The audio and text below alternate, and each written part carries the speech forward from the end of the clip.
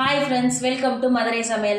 இன்னைக்கு நம்ம சேனல்ல 6 மாச குழந்தைக்கு ஒரு சூப்பரான லஞ்ச் பார்க்கலாம். அதுக்கு வந்து 1 ஸ்பூன் பாசி பருப்பும் 1 ஸ்பூன் அரிசியும் ஒரு 1 மணி நேரத்துக்கு முன்னாடி நல்லா வாஷ் பண்ணிட்டு ஊற வச்சுக்கோங்க. அப்பதான் வேகிறதுக்கு கொஞ்சம் ஈஸியா இருக்கும். இந்த அரிசியும் பருப்பும் உங்க குழந்தைங்க வந்து எந்த அளவுக்கு சாப்பிடுமோ அதுக்கு தகுந்த மாதிரி குவாண்டிட்டி வந்து நீங்க ஊற வச்சுக்கோங்க. கூடவோ குறைச்சோ ஊற வச்சுக்கோங்க. இப்போ இது கூடவே சின்ன சைஸ்ல உருளைக்கிழங்கு நல்லா தோல் சீவிட்டு இந்த மாதிரி கட் பண்ணி எடுத்துக்கோங்க. இதே வந்து நீங்க 1 வயசு குழந்தைங்களுக்கு கொடுத்தீங்கன்னா இதுல வந்து சால்ட் சேர்த்துக்கலாம். ஆனா இப்போ வந்து சால்ட்லாம் சேர்க்க வேண்டாம்.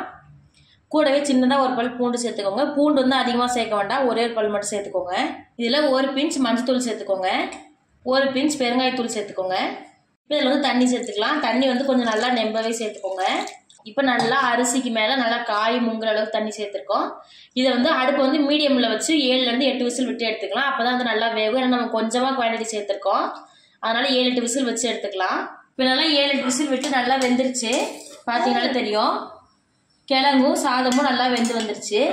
நீங்கள் இந்த மாதிரி ஒரு ஜல்லி கரண்டியை வச்சு இந்த மாதிரி நல்லா இந்த மாதிரி மேஷ் பண்ணிக்கோங்க. அப்படி இல்லைன்னா மிக்ஸி ஜாரில் சேர்த்து அரைச்சிக்கலாம்.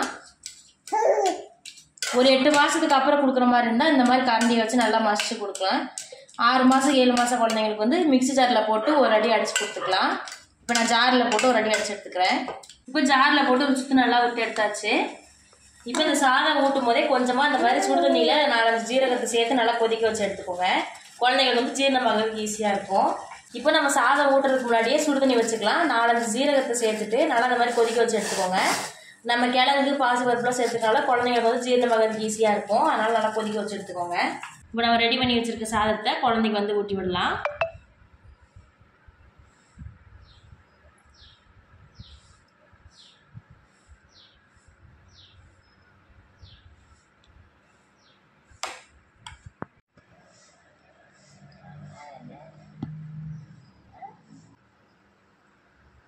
அவ்வளோதான். நம்ம இந்த மாதிரி செஞ்சு கொடுத்தா குழந்தைங்க நல்லா விரும்பி சாப்பிடுவாங்க. இதே மாதிரி குழந்தைங்களோட ஃபுட்டு வந்து நிறைய ஐடியா இருக்குது. நான் அடுத்தடுத்த விளாகில் ஷேர் பண்ணுறேன்.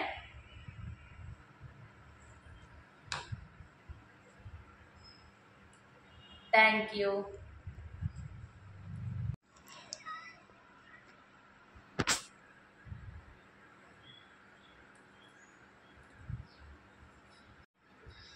இதே மாதிரி ஹெல்த்தியாக நீங்களும் உங்கள் குழந்தைங்களுக்கு செஞ்சு கொடுங்க.